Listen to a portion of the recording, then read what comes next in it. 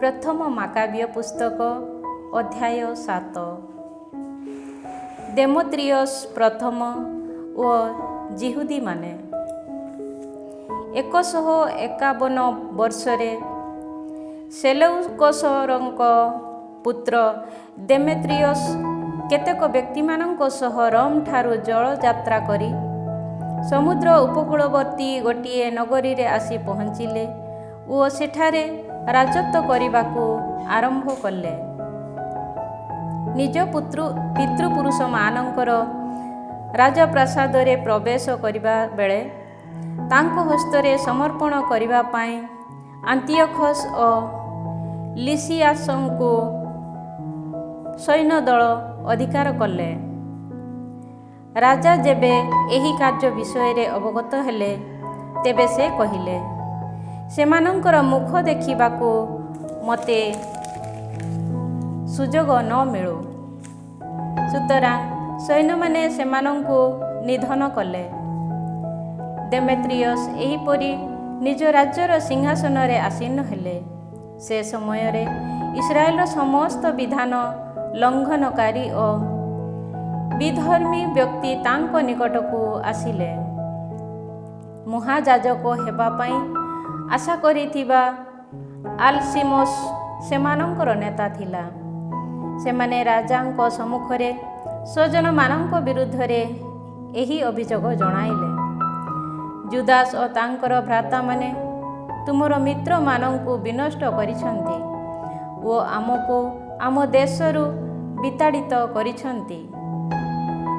ବର୍ତ୍ତମାନ ତୁମେ ଜଣେ ବିଶ୍ୱସ୍ତ ବ୍ୟକ୍ତିକୁ ପଠାଅ, ସେ ଯାଇ ଆମକୁ ଓ ତୁମ ରାଜ୍ୟ ବିରୁଦ୍ଧରେ ଜୁଦାସଙ୍କ ଦ୍ୱାରା ସମ୍ପାଦିତ ସମସ୍ତ କାର୍ଯ୍ୟ ଦେଖୁ ଏବଂ ଜୁଦାସ ଓ ତାଙ୍କର ସହାୟକ ବ୍ୟକ୍ତିମାନଙ୍କ ପ୍ରତି ସେ ଶାସ୍ତି ବିଧାନ କରୁ। ସୁତରାଂ ରାଜା ନିଜ ମିତ୍ରମାନଙ୍କ ମଧ୍ୟରୁ ଜଣେ ବ୍ୟକ୍ତି ଓ ନଦୀର ଅପର ପାର୍ଶ୍ୱସ୍ଥ ଅଞ୍ଚଳଗୁଡ଼ିକର ଦେଶାଧିପତି ବାଖିଦୋସକୁ ମନୋନୀତ କଲେ। ସେ ରାଜ୍ୟ ମଧ୍ୟରେ ବିଖ୍ୟାତ ଏବଂ ରାଜାଙ୍କର ଜଣେ ବିଶ୍ୱସ୍ତ ବ୍ୟକ୍ତି ଥିଲା, ଯାହାକୁ ମହାଯାଜକ ରୂପେ ରାଜା ନିୟୋଜିତ କରିଥିଲେ। ସେହି ବିଧର୍ମୀ ଆଲସିମସ୍ ସମେତ ରାଜା ବାଖିଦୋସକୁ ପଠାଇଲେ ଓ ଇସ୍ରାଏଲ ଜନତା ବିରୁଦ୍ଧରେ ପ୍ରତିଶୋଧ ନେବା ପାଇଁ ତାଙ୍କୁ ଆଦେଶ ଦେଲେ। ଗୋଟିଏ ସଂଖ୍ୟାଧିକ ସୈନ୍ୟଦଳ ସମେତ ଯାତ୍ରା କରି ସେମାନେ ଜୁଦାରେ ଆସି ପହଞ୍ଚିଲେ। ଏହାପରେ ପ୍ରତାରଣାତ୍ମକ ଶାନ୍ତି ସନ୍ଧି ସାଲିସର ଏକ ପ୍ରସ୍ତାବ ସମେତ ଜୁଦାସ୍ ଓ ତାଙ୍କର ଭ୍ରାତାମାନଙ୍କ ପାଖକୁ ସେ ଦୂତମାନଙ୍କୁ ପଠାଇଲା। କିନ୍ତୁ ଜୁଦାସ୍ ଓ ତାଙ୍କର ଅନୁଗାମୀମାନେ ସେମାନଙ୍କର ବାକ୍ୟ ପ୍ରତି କର୍ଣ୍ଣପାତ କଲେ ନାହିଁ, କାରଣ ସେମାନେ ଦେଖିପାରିଥିଲେ ଯେ ସେମାନେ ଏକ ସଂଖ୍ୟାଧିକ ସୈନ୍ୟଦଳ ସମେତ ଆସିଛନ୍ତି। ସେ ସମୟରେ ଶାନ୍ତି ସନ୍ଧି ସ୍ଥାପନ କରିବା ପାଇଁ ନ୍ୟାୟସଙ୍ଗତ ପ୍ରସ୍ତାବ ସମେତ କେତେକ ଧର୍ମଶାସ୍ତ୍ରୀମାନଙ୍କର ଗୋଟିଏ ଦଳ ଆଲସିମସ୍ ଓ ବାଖିଦୋସ୍ ନିକଟକୁ ଆସିଲେ।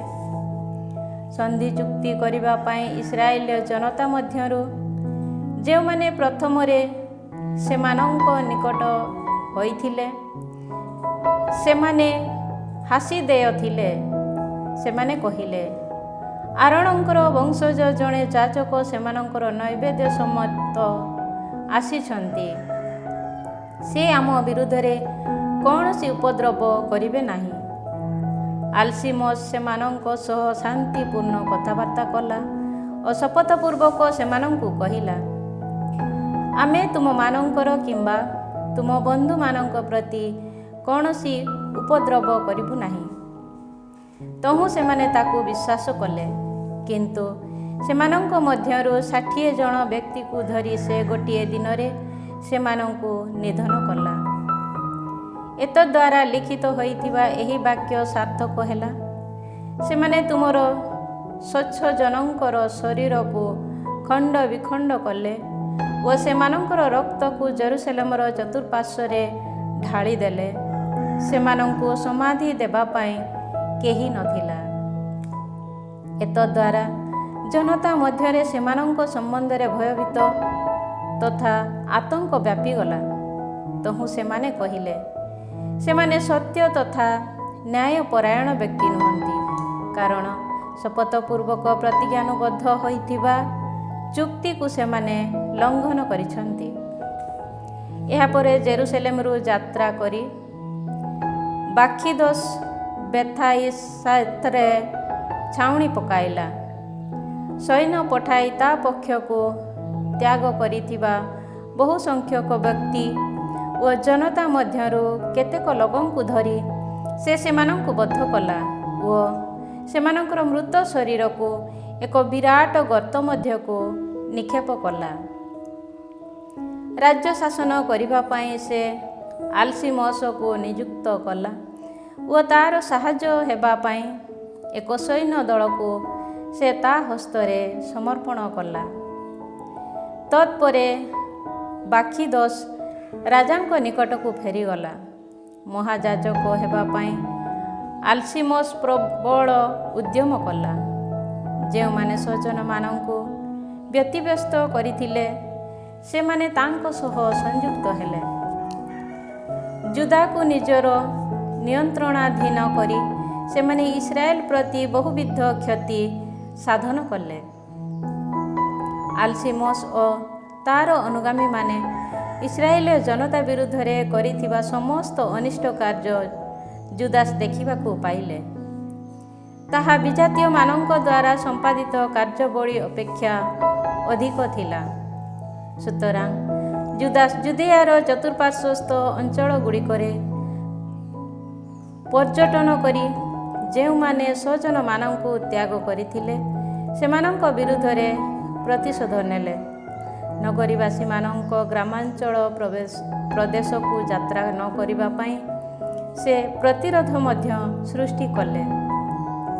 ଆଲସିମସ ବୁଝିପାରିଲେ ଯେ ଜୁଦାସ ଓ ତାଙ୍କର ଅନୁଗାମୀମାନେ ଶକ୍ତିଶାଳୀ ହୋଇଛନ୍ତି ଓ ସେମାନଙ୍କୁ ବିରୋଧ କରିବା ପାଇଁ ନିଜ ପକ୍ଷରେ ଅସାଧ୍ୟ। ତହୁଁ ସେ ରାଜାଙ୍କ ନିକଟକୁ ଫେରିଗଲା ଏବଂ ସେମାନଙ୍କ ବିରୁଦ୍ଧରେ ରାଜାଙ୍କ ସମ୍ମୁଖରେ ଅନେକ ମନ୍ଦ ଅଭିଯୋଗ ବଢ଼ିଲା। ନିକାନରର ଆଗମନ। ସୁତରାଂ ଶ୍ରଦ୍ଧାସ୍ପଦ ରାଜପ୍ରମୁଖ ବ୍ୟକ୍ତିମାନଙ୍କ ମଧ୍ୟରୁ ଯିଏ ଜଣେ ଓ ଯିଏ ଇସ୍ରାଏଲକୁ ଅତ୍ୟଧିକ ଘୃଣା କରିଥିଲା, ସେହି ନିକାନରକୁ ରାଜା ଇସ୍ରାଏଲକୁ ବିନାଶ କରିବା ପାଇଁ ଆଦେଶ ଦେଇ ପଠାଇଲେ। ନିକାନର ଏକ ବିରାଟ ସୈନ୍ୟଦଳ ସମେତ ଜେରୁସେଲେମକୁ ଆସିଲା ଏବଂ ଜୁଦାସ ଓ ତାଙ୍କର ଭ୍ରାତାମାନଙ୍କ ପାଖକୁ ପ୍ରବଞ୍ଚନାତ୍ମକ ଏହି ଶାନ୍ତିପୂର୍ଣ୍ଣ ସନ୍ଦେଶ ପଠାଇ କହିଲା, ମୋର ତଥା ତୁମ ମଧ୍ୟରେ କୌଣସି ଯୁଦ୍ଧ ନ ହେଉ। ଶାନ୍ତିରେ ମୁଁ ଯେପରି ତୁମକୁ ମୁଖାମୁଖି ଦେଖିପାରିବି, ସେଥି ସକାଶେ ସ୍ୱଳ୍ପ ମାତ୍ର ଅନୁଗାମୀ ସମେତ ମୁଁ ତୁମ ନିକଟକୁ ଆସିବି। ଏହାପରେ ସେ ଜୁଦାସଙ୍କ ପାଖକୁ ଆସିଲା ଓ ସେମାନେ ପରସ୍ପରକୁ ଶାନ୍ତିରେ ଅଭିବାଦନ ଜଣାଇଲେ। କିନ୍ତୁ ଶତ୍ରୁଟି ଜୁଦାସଙ୍କୁ ଧରିବା ପାଇଁ ପ୍ରସ୍ତୁତ ଥିଲା। ଜୁଦାସ ହୃଦୟଙ୍ଗମ କଲେ ଯେ ପ୍ରବଞ୍ଚନାତ୍ମକ ଉଦ୍ଦେଶ୍ୟ ରଖି ନିକାନର ତାଙ୍କ ସମୀପକୁ ଆସିଛି, ତେଣୁ ଭୟଭୀତ ହୋଇ ପୁନରାୟ ତାର ସାକ୍ଷାତ କରିବା ପାଇଁ ସେ ଅନିଚ୍ଛୁକ ହେଲେ। ନିଜର ଯଥାର୍ଥ ଯୋଜନା ପ୍ରକଟିତ ହୋଇଥିବା ବିଷୟ ନିକାନର ଯେବେ ଜାଣିଲା, ତେବେ ଜୁଦାସଙ୍କ ସହ ସଂଗ୍ରାମ କରିବା ପାଇଁ ସେ କାଫାରସାଲାମାକୁ ଗଲା। ନିକାନରର ସୈନ୍ୟଦଳରୁ ପ୍ରାୟ 500 ଯୋଦ୍ଧା ନିହତ ହେଲେ ଓ ଅବଶିଷ୍ଟ ସମସ୍ତେ ଦାବିଦଙ୍କ ନଗରୀକୁ ପଳାୟନ କଲେ। ଏ ସମସ୍ତ ଘଟଣା ପରେ ନିକାନର ସିୟନ ପର୍ବତ ଆଡ଼କୁ ଯାତ୍ରା କଲା। ସେ ସମୟରେ କେତେକ ଯାଜକ ଓ ଜନତାର ବୟୋଜ୍ୟେଷ୍ଠ ଗଣ ଶାନ୍ତିରେ ତାକୁ ଅଭିବାଦନ ଜଣାଇବା ଓ ରାଜାଙ୍କ ଉଦ୍ଦେଶ୍ୟରେ ଉତ୍ସର୍ଗିତ ହୋମବଳିକୁ ତାଙ୍କୁ ଦେଖାଇବା ସକାଶେ ପବିତ୍ରାଳୟରୁ ବାହାରି ଆସିଲେ। କିନ୍ତୁ ସେ ସେମାନଙ୍କୁ ନିନ୍ଦା ଓ ଉପହାସ କଲା ଓ ଦାମ୍ଭିକତାର ସହ ସେମାନଙ୍କ ସହିତ କଥାବାର୍ତ୍ତା କଲା। ଅଧିକନ୍ତୁ କୁପିତ ହୋଇ ସେ ଶପଥପୂର୍ବକ କହିଲା, ଜୁଦାସ ଓ ତାଙ୍କର ସୈନ୍ୟଦଳ ଏହିଥର ଯଦି ମୋ ହସ୍ତରେ ସମର୍ପିତ ନ ହୁଅନ୍ତି, ତେବେ ସୁରକ୍ଷିତ ଅବସ୍ଥାରେ ଫେରିଯିବା ବେଳେ ମୁଁ ଏହି ଆଳୟକୁ ଦଗ୍ଧ କରିବି। ଏହା କହି ଅତ୍ୟନ୍ତ କ୍ରୁଦ୍ଧ ହୋଇ ସେ ସ୍ଥାନରୁ ପ୍ରସ୍ଥାନ କଲା। ସେ ସମୟରେ ଯାଜକମାନେ ଭିତରେ ପ୍ରବେଶ କରି ବଳିପୀଠ ତଥା ପବିତ୍ରତମ ସ୍ଥାନ ସମ୍ମୁଖରେ ଦଣ୍ଡାୟମାନ ହୋଇ ବିଳାପପୂର୍ବକ କହିଲେ, ତୁମ ନାମରେ ଅଭିହିତ ହେବା ଓ ତୁମର ସ୍ୱଜନମାନଙ୍କ ପ୍ରତି ପ୍ରାର୍ଥନା ତଥା ନୈବେଦ୍ୟ ଉତ୍ସର୍ଗିତ ହେବା ପାଇଁ ଉଦ୍ଦିଷ୍ଟ ଦେବାଳୟ ସଦୃଶ ତୁମେ ଏହି ଆଳୟକୁ ମନୋନୀତ କରିଅଛ। ଏହି ବ୍ୟକ୍ତି ଓ ତାର ସୈନ୍ୟ ବିରୁଦ୍ଧରେ ପ୍ରତିଶୋଧ ନିଅ। ସେମାନେ ଖଡ୍ଗ ଦ୍ୱାରା ନିହତ ହୁଅନ୍ତୁ। ସେମାନେ ଉଚ୍ଚାରଣ କରିଥିବା ଈଶ୍ୱର ନିନ୍ଦାକୁ ସ୍ମରଣ କର ଓ ସେମାନଙ୍କୁ ଆଉ ଜୀବିତ ହୋଇ ରହିବା ପାଇଁ ଦିଅ ନାହିଁ। ନିକାନର ଜେରୁସେଲେମରୁ ଯାତ୍ରା କରି ବେଥହରନରେ ଠାଉଣି ପକାଇଲା ଓ ସିରିୟ ସୈନ୍ୟଦଳ ତା ସହ ସମ୍ମିଳିତ ହେଲେ। ଜୁଦାସ 3000 ବ୍ୟକ୍ତି ସମେତ ଆଦାସାରେ ଛାଉଣି ପକାଇଲେ।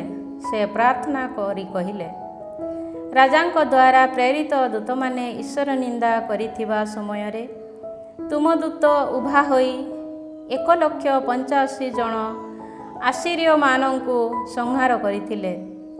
ସେହିଭଳି ଏହି ସୈନ୍ୟ ଦଳକୁ ମଧ୍ୟ ଆମ ସମ୍ମୁଖରେ ଆଜି ବିନାଶ କର।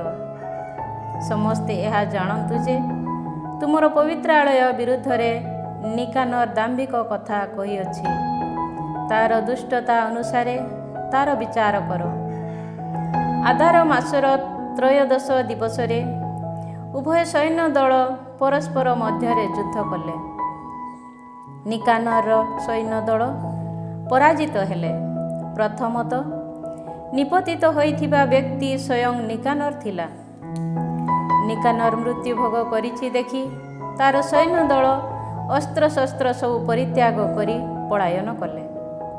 ଆଦାସାଠାରୁ ଗାସାରା ପର୍ଯ୍ୟନ୍ତ 1 ଦିନ ଯାତ୍ରାର ଦୂରତ୍ୱ ପର୍ଯ୍ୟନ୍ତ ଯିହୁଦୀମାନେ ସେମାନଙ୍କର ପଶ୍ଚାତଧାବନ କଲେ।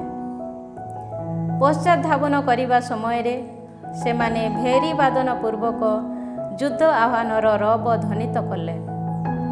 ଜୁଦିଆର ଚତୁଃପାର୍ଶ୍ୱସ୍ଥ ଗ୍ରାମ ସମୂହରୁ ଜନତା ବାହାରି ପଶ୍ଚାତଧାବନକାରୀମାନଙ୍କ ନିକଟରୁ ପଳାୟନ କରୁଥିବା ଲୋକମାନଙ୍କୁ ସେମାନଙ୍କର ପଶ୍ଚାତଧାବନକାରୀମାନଙ୍କ ଆଡ଼କୁ ପୁନରାୟ ଘଉଡ଼ାଇ ଦେଲେ। ଫଳରେ ସେମାନେ ସମସ୍ତେ ଖଡ୍ଗ ଦ୍ୱାରା ନିପତିତ ହେଲେ। ସେମାନଙ୍କ ମଧ୍ୟରୁ ଜଣେ ସୁଦ୍ଧା ଅବଶିଷ୍ଟ ରହିଲା ନାହିଁ। ଯିହୁଦୀମାନେ ସେମାନଙ୍କୁ ଲୁଣ୍ଠନ କଲେ। ସେମାନେ ନିକାନରଙ୍କ ମସ୍ତକ ଓ ଔଦ୍ଧତ୍ୟ ପୂର୍ବକ ସେ ବିସ୍ତାର କରିଥିବା ତାର ଦକ୍ଷିଣ ହସ୍ତ ଛେଦନ କଲେ ଏବଂ ଜେରୁସେଲେମ ସମୀପକୁ ନେଇ ଆସି ତାକୁ ଜେରୁସେଲେମର ବାହାରେ ଦେଖାଇବା ପାଇଁ ରଖିଲେ। ଜନତା ଅତ୍ୟଧିକ ଆହ୍ଲାଦିତ ହୋଇ ସେହି ଦିନକୁ ଆନନ୍ଦର ଦିବସ ରୂପେ ପାଳନ କଲେ।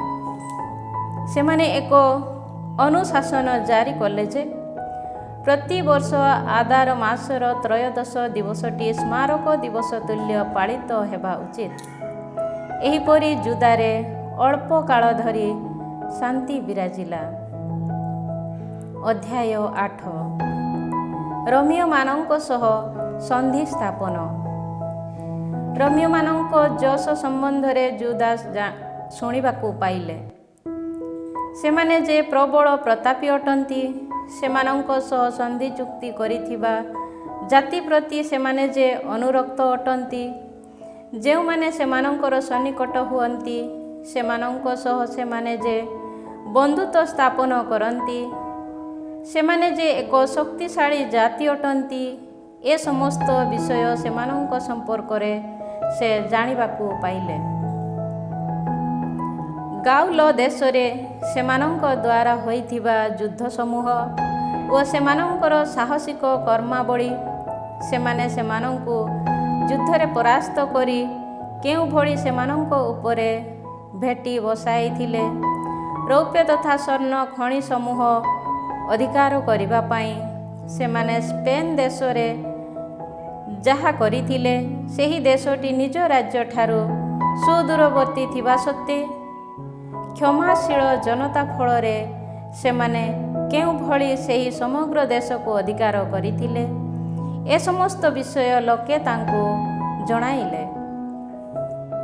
ପୃଥିବୀର ସୀମା ସରହଦଠାରୁ ସେମାନଙ୍କ ବିରୁଦ୍ଧରେ ଆଗତ ରାଜାମାନଙ୍କୁ ପରାଜିତ କରି ସେମାନଙ୍କୁ ବିଧ୍ୱସ୍ତ କରିଥିଲେ ଓ ସେମାନଙ୍କ ପ୍ରତି ଭୟାନକ କ୍ଷତି ଘଟାଇଥିଲେ। ଅବଶିଷ୍ଟ ସମସ୍ତେ ସେମାନଙ୍କୁ ପ୍ରତିବର୍ଷ ଭେଟି ଦାନ କରିଥିଲେ। ଫିଲିପୋ ମାସେଦନୀୟମାନଙ୍କର ରାଜା ପେରସେଓସ୍ ଓ ନିଜକୁ ପ୍ରତିରୋଧ କରିଥିବା ଅନ୍ୟ ସମସ୍ତଙ୍କୁ ସେମାନେ ଯୁଦ୍ଧ କରି ପରାସ୍ତ କଲେ। 120ଟି ଗଜ ଅଶ୍ୱାରୋହୀ ସୈନ୍ୟ, ରଥ ତଥା ଏକ ବିଶାଳ ସୈନ୍ୟବାହିନୀ ସମେତ ସେମାନଙ୍କ ସହିତ ଯୁଦ୍ଧ କରିବା ପାଇଁ ଯାଇଥିବା ଏସିରିଆ ରାଜା ମହାବୀର ଆନ୍ତିଓଖସକୁ ମଧ୍ୟ ସେମାନେ ପରାଜିତ କଲେ। ସେମାନେ ତାଙ୍କୁ ସମ୍ପୂର୍ଣ୍ଣ ଭାବେ ପରାସ୍ତ କଲେ। ସେମାନେ ତାଙ୍କୁ ଜୀବିତାବସ୍ଥାରେ ଅଧିକାର କଲେ। ସେ ଓ ତାଙ୍କ ପରେ ରାଜତ୍ୱ କରିବାକୁ ଥିବା ରାଜାଗଣ ଅତ୍ୟଧିକ ଭେଟି ପ୍ରଦାନ କରିବେ। ପଣ ସ୍ୱରୂପ ଲୋକମାନଙ୍କୁ ସେମାନଙ୍କ ହସ୍ତରେ ସମର୍ପଣ କରିବାକୁ ହେବ ଏବଂ ଭାରତ, ମେଦିଆ, ଲିଦିଆ ପ୍ରଭୃତି ଉତ୍ତମ ଦେଶଗୁଡ଼ିକୁ ସେମାନଙ୍କୁ ପ୍ରଦାନ କରିବା ଆବଶ୍ୟକ ହେବ। ସେମାନେ ଏହି ଆଦେଶ ଜାରି କଲେ। ଏ ସମସ୍ତ ଦେଶକୁ ଅଧିକାର କଲା ପରେ ସେମାନେ ତାହା ରାଜା ଜୁମେନେସଙ୍କୁ ପ୍ରଦାନ କଲେ। ଗ୍ରୀସୀୟମାନେ ସେମାନଙ୍କୁ ବିନାଶ କରିବା ପାଇଁ ଏକ ଯୋଜନା କଲେ, କିନ୍ତୁ ଏହି ସମ୍ବାଦ ପାଇ ଗ୍ରୀସୀୟମାନଙ୍କୁ ଆକ୍ରମଣ କରିବା ସକାଶେ ଜଣେ ସେନାପତିଙ୍କୁ ପଠାଇଲେ। ଗ୍ରୀସୀୟମାନଙ୍କ ମଧ୍ୟରୁ ସଂଖ୍ୟାଧିକ ବ୍ୟକ୍ତି ଆଘାତପ୍ରାପ୍ତ ହୋଇ ନିପତିତ ହେଲେ ଓ ରୋମୀୟମାନେ ସେମାନଙ୍କର ପତ୍ନୀ ଓ ସନ୍ତାନମାନଙ୍କୁ ବନ୍ଦୀ କଲେ। ରୋମୀୟମାନେ ଗ୍ରୀସୀୟମାନଙ୍କୁ ଲୁଣ୍ଠନ କଲେ, ସେମାନଙ୍କର ଦେଶ ଅଧିକାର କଲେ, ସେମାନଙ୍କର ଦୁର୍ଗ ସମୂହକୁ ବିଧ୍ୱସ୍ତ କଲେ ଓ ସେମାନଙ୍କୁ ଅଦ୍ୟାବଧି ଦାସ୍ୟକର୍ମରେ ନିୟୋଜିତ କରିଅଛନ୍ତି।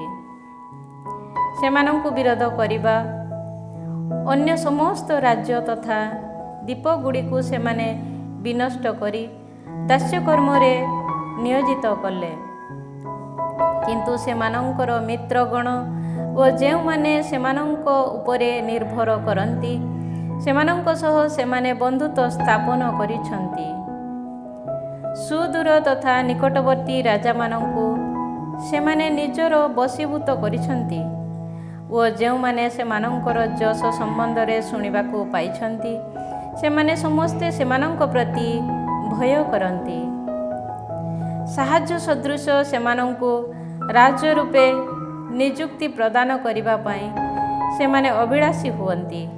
ସେମାନଙ୍କୁ ରାଜା ରୂପେ ସେମାନେ ନିୟୋଜିତ କରନ୍ତି, କିନ୍ତୁ ସେମାନଙ୍କୁ ପଦଚ୍ୟୁତ କରିବାକୁ ସେମାନେ ଇଚ୍ଛୁକ ହୁଅନ୍ତି। ସେମାନଙ୍କୁ ପଦଚ୍ୟୁତ କରନ୍ତି। ସେମାନେ ଏହିପରି ଅତ୍ୟଧିକ ମହିମାମଣ୍ଡିତ ହୋଇଛନ୍ତି। ତଥାପି ସେମାନଙ୍କ ମଧ୍ୟରୁ କେହି କେହି ମୁକୁଟ ଧାରଣ କିମ୍ବା ବାଇଗଣୀ ବସ୍ତ୍ର ପରିହିତ ହୋଇନାହାନ୍ତି, ବରଂ ସେମାନେ ନିଜ ପାଇଁ ଏକ ରାଷ୍ଟ୍ର ପରିଷଦ ଗଠନ କରିଛନ୍ତି। ଜନତା ଉପରେ ଉତ୍ତମ ଭାବେ ଶାସନ କରିବା ସକାଶେ ପ୍ରତିଦିନ 320 ଜଣ ସଦସ୍ୟ ଅବିଶ୍ରାନ୍ତ ଆଲୋଚନା କରନ୍ତି।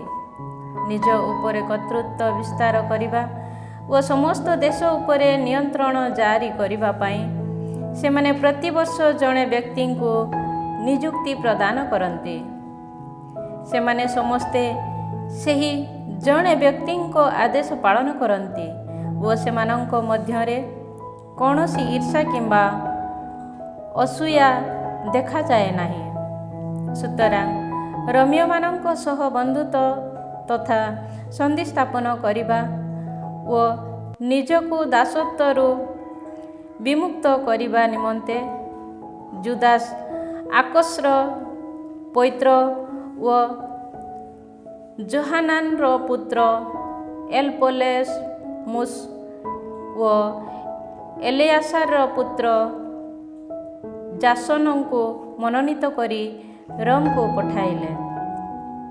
କାରଣ ସେମାନେ ଦେଖିବାକୁ ପାଇଲେ ଯେ ଗ୍ରୀସୀୟମାନେ ଇସ୍ରାଏଲୀୟମାନଙ୍କୁ ସମ୍ପୂର୍ଣ୍ଣ ରୂପେ ଦାସ କରିଛନ୍ତି। ଏକ ସୁଦୀର୍ଘ ଯାତ୍ରା ପରେ ସେମାନେ ରୋମରେ ଆସି ପହଞ୍ଚିଲେ। ସେମାନେ ରାଷ୍ଟ୍ର ପରିଷଦ କକ୍ଷରେ ପ୍ରବେଶ କରି ଏହିପରି କହିଲେ, ତୁମମାନଙ୍କ ସହ ଚୁକ୍ତି ତଥା ଶାନ୍ତି ସ୍ଥାପନ କରିବା ଓ ଆମମାନଙ୍କୁ ତୁମର ମିତ୍ର ରାଷ୍ଟ୍ର ତଥା ବନ୍ଧୁ ରୂପେ ତାଲିକାଭୁକ୍ତ କରିବା ପାଇଁ ମାକାବେଉସ ନାମରେ ପରିଚିତ ଜୁଦାସ, ତାଙ୍କର ଭ୍ରାତାଗଣ ଓ ସମସ୍ତ ଯିହୁଦୀ ଜନତା ଆମମାନଙ୍କୁ ତୁମ ନିକଟକୁ ପଠାଇଅଛନ୍ତି। ଏହି ପ୍ରସ୍ତାବ ଶୁଣି ସେମାନେ ସନ୍ତୁଷ୍ଟ ହେଲେ। ଶାନ୍ତି ବ୍ୟବସ୍ଥା ତଥା ଚୁକ୍ତିର ଏକ ସ୍ମାରକୀ ପତ୍ର ସଦୃଶ ଜେରୁସେଲେମରେ ଯେପରି ରଖାଯାଏ, ତନ୍ନିମନ୍ତେ ଅବସ୍ଥାପିତ କରିବା ଉଦ୍ଦେଶ୍ୟରେ ଏକ ପିତ୍ତଳ ଫଳକରେ ଗୋଟିଏ ପତ୍ର ଲେଖି ରୋମୀୟମାନେ ସେମାନଙ୍କ ସଙ୍ଗରେ ପଠାଇଲେ। ସେହି ପତ୍ରଟିର ପ୍ରତିଲିପି ଏହା। ରୋମୀୟ ଓ ଯିହୁଦୀମାନେ ସମୁଦ୍ର ତଥା ସ୍ଥଳ ଭାଗରେ ସର୍ବଦା କୁଶଳୀ ହୁଅନ୍ତୁ। ଖଡ୍ଗ ଓ ଶତ୍ରୁ ସେମାନଙ୍କ ନିକଟରୁ ଦୂରେଇ ରୁହନ୍ତୁ। ରୋମୀୟମାନେ କିମ୍ବା ସେମାନଙ୍କ ଅଧୀନସ୍ଥ ଯେକୌଣସି ମିତ୍ର ରାଷ୍ଟ୍ର ପ୍ରତି ପ୍ରଥମରେ ଯୁଦ୍ଧ ଘଟିଲେ ଯିହୁଦୀ ଜନତା ପୂର୍ଣ୍ଣ ହୃଦୟ ସହକାରେ ସେମାନଙ୍କର ମିତ୍ର ରାଷ୍ଟ୍ର ସଦୃଶ ଆଚରଣ କରିବେ। ସେମାନଙ୍କ ସହ ସଂଗ୍ରାମ କରୁଥିବା ଶତ୍ରୁ ଜନତାକୁ ସେମାନେ ରୋମୀୟମାନଙ୍କ ନିଷ୍ପତ୍ତି ମୁତାବକ ଶସ୍ୟ, ଅସ୍ତ୍ରଶସ୍ତ୍ର, ଅର୍ଥ କିମ୍ବା ଜାହାଜ ଗୁଡ଼ିକୁ ପ୍ରଦାନ କରିବେ ନାହିଁ। କୌଣସି ପ୍ରତିଦାନ ପାଇବା ଆଶା ନ ରଖି ସେମାନେ ଏ ସମସ୍ତ କର୍ତ୍ତବ୍ୟ ପାଳନ କରିବେ। ସେହିପରି ଯିହୁଦୀ ଜନତା ପ୍ରତି ଯୁଦ୍ଧ ପ୍ରଥମରେ ଘଟିଲେ ରୋମୀୟମାନେ ସ୍ୱେଚ୍ଛାପୂର୍ବକ ସେମାନଙ୍କ ମିତ୍ର ରାଷ୍ଟ୍ର ସଦୃଶ ଆଚରଣ କରିବେ। ଯିହୁଦୀମାନଙ୍କ ସହିତ ଯୁଦ୍ଧ କରୁଥିବା ଶତ୍ରୁ ଜନତାକୁ ରୋମୀୟମାନେ ନିଜର ନିଷ୍ପତ୍ତି ମୁତାବକ କୌଣସି ଶସ୍ୟ, ଅସ୍ତ୍ରଶସ୍ତ୍ର, ଅର୍ଥ କିମ୍ବା ଜାହାଜ ଗୁଡ଼ିକୁ ପ୍ରଦାନ କରିବେ ନାହିଁ। ରୋମୀୟମାନେ କୌଣସି ବିନା ପ୍ରବଞ୍ଚନାରେ ଏ ସମସ୍ତ କର୍ତ୍ତବ୍ୟ ପାଳନ କରିବେ। ଏ ସମସ୍ତ ସର୍ତ୍ତରେ ରୋମୀୟମାନେ ଯିହୁଦୀ ଜନତା ସହ ଏକ ସନ୍ଧି ସାଲିସ କରନ୍ତି। ଏ ସମସ୍ତ ସର୍ତ୍ତ ବଳବତ୍ତର ହେଲା ପରେ ସେଥିରେ କିଛି ସଂଯୋଗ କରିବା କିମ୍ବା ସେଥିରୁ କିଛି ବିଲୋପ କରିବା ପାଇଁ ଉଭୟ ଦଳ ଯଦି ସ୍ଥିର କରନ୍ତି, ତେବେ ନିଜ ନିଜର ବିବେଚନା ଅନୁସାରେ ସେମାନେ ତାହା ସାଧନ କରିପାରିବେ ଏବଂ ଏମାନଙ୍କ ଦ୍ୱାରା ସଂଯୁକ୍ତ କିମ୍ବା ବିଲୁପ୍ତ ହୋଇଥିବା ସେହି ଅଂଶଟି ବୈଧ ରୂପେ ବିବେଚିତ ହେବ। ଯିହୁଦୀମାନଙ୍କ ପ୍ରତି ରାଜା ଦେମେତ୍ରିୟସ୍ ଯେଉଁ ଉପଦ୍ରବ ସାଧନ କରନ୍ତି, ତାହା ସମ୍ବନ୍ଧରେ ଆମେ ତାଙ୍କ ନିକଟକୁ ନିମ୍ନଲିଖିତ ଭାବେ ଲେଖିଅଛୁ।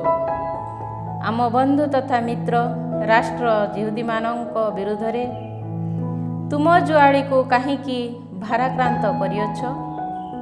ତୁମ ବିରୁଦ୍ଧରେ ସେମାନେ ଯଦି ଆମଠାରୁ ପୁନରାୟ ସାହାଯ୍ୟ ଭିକ୍ଷା କରିବେ, ତେବେ ଆମେ ସେମାନଙ୍କର ନ୍ୟାଯ୍ୟ ଦାବି ସମର୍ଥନ କରିବୁ ଓ ସମୁଦ୍ର ତଥା ସ୍ଥଳ ଭାଗରେ ଆମେ ତୁମ ବିରୁଦ୍ଧରେ ଯୁଦ୍ଧ କରିବୁ।